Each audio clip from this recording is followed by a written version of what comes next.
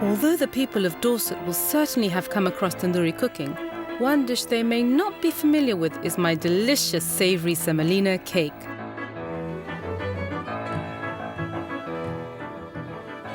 It's just really light and fresh and full of vegetables, and I think it's a perfect kind of tea time snack. Okay, if I could ask you to weigh the semolina, and if you could just give me 165 grams, you can just put it in here, that's fine. Perfect. All right, so let me get some yogurt out of the fridge. I'm going to use kind of really good quality, fresh, whole yogurt, because I really want this to be slightly rich, because it doesn't really have much butter or oil, and you need to make it slightly moist. If you just kind of grate just half, a little bit more than half, that should be enough. It might seem strange to Western taste buds, but adding vegetables to a cake is traditional in any Gujarati household. And just kind of chop them up into not too small pieces, but slightly even. Add those in. In they go. I'm also putting in some frozen peas, some grated ginger, and mix. All we need now is a little bit of tarka. Tarka is like heating some seeds up or some spices up in oil and just adding it on top. So the process is called tarka? Yeah, or tempering.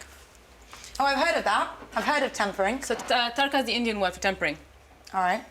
Cumin seeds, mustard seeds, and sesame seeds. This is a very Gujarati dish, actually, and they often like their things to be slightly sweet and savoury, and they use a lot of mustard seeds. And they're actually one of the few people who use they use a lot of sesame seeds also. And it's just, you know, you just bite into little seeds and it gives you a new flavour. It's really delicious. Just be careful whenever you're making a tarka or you're tempering spices that you want to heat the oil up so that the seeds get into the hot oil, but not so hot that they burn, because seeds are very delicate, and if they do burn, they become bitter really quickly. Okay, that's done, and I'm going to pour that in there. Can you smell? Can you smell all the seeds and all the flavours? Gorgeous. And that fantastic flavour is going to go right into your food and flavour the entire batter. A bit of bicarb soda, about half a teaspoon's worth. And then the trick is just mix it, pour it into your pan and put it straight in the oven.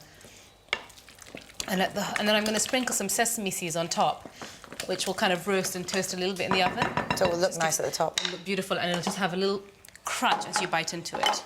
If you could just spoon it out. Thank you.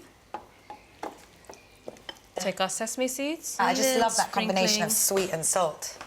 So it'll take about half an hour. I'll have a check with the skewer.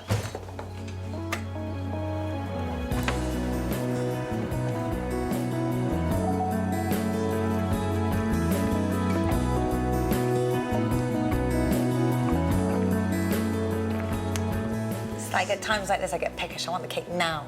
I don't have patience. Should we check if it's done? Yeah. It's been in there for about half an hour, so it should be done. What's that stick for? That's to just see. If the skewer comes out clean, with no batter, it's done. So it's done. Without burning. Oh, wow. Oh, that looks You see yum. all the beautiful kind of moistness and the peas and it smells when it's so crusty. Good. Shall we?